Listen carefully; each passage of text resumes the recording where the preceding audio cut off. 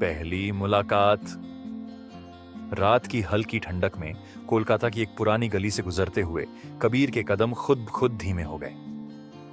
सामने एक पुराना कैफे था जहां हल्की हल्की रोशनी टिमटिमा रही थी। उसने अंदर झांका तो एक लड़की अकेले बैठी हुई थी। सुनहरे बालों की दो लटें उसके चेहरे पर झूल रही थीं और उसके हाथों में एक मोटी किताब थी। वो इतनी खोई हुई थी कि शायद उसे दुनिया की कोई फिक्र नहीं थी।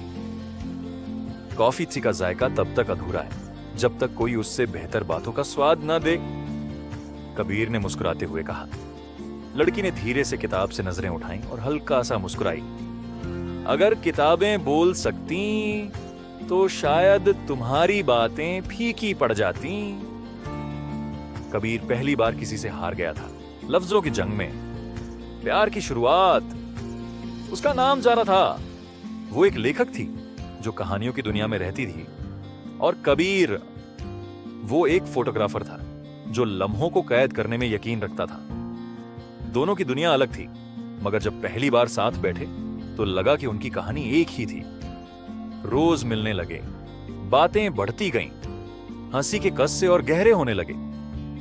बारिश के मौसम में एक दूसरे को छतरी देने की लड़ाई, किताबों की दुकान में पसंदीदा किरदारों पर बहस, और कभी कभी यूं ही बेवजह शहर की गलियों में घूमना।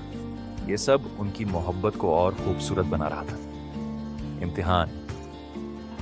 लेकिन हर कहानी में एक मोड़ होता है, और उनकी मोहब्बत के रास्ते में भी एक इम्तिहान आया। एक दिन जरा की आंखों में हल्का सा डर था। कबीर, तुम्हें कभी ऐसा लगा कि जो हम जी रहे हैं वो बस एक खूबसूरत सपना है, और एक दिन जब जागेंगे तो ये सब खत्म हो जाएगा? नहीं, क्योंकि हमारी मोहब्बत हकीकत है, और मैं सपनों में नहीं, असलियत में जीता हूं, कबीर ने कहा। झारा ने उसकी तरफ देखा मगर कुछ नहीं कहा। कुछ हफ्तों बाद वो अचानक गायब हो गई। ना कोई कॉल, ना कोई मैसेज। कबीर पागलों की तरह उसे ढूंढने लगा। सच का सामना। 6 महीने बाद उसे पता चला कि झारा कैंसर से लड़ रही थी। वो नहीं चाहती थी कि कबीर उसकी तकलीफ देखे, इसीलिए वो दूर चली गई थी। कबीर भागता हुआ हॉस्पिटल पहुंचा। झारा उसे देखकर रो पड़ी।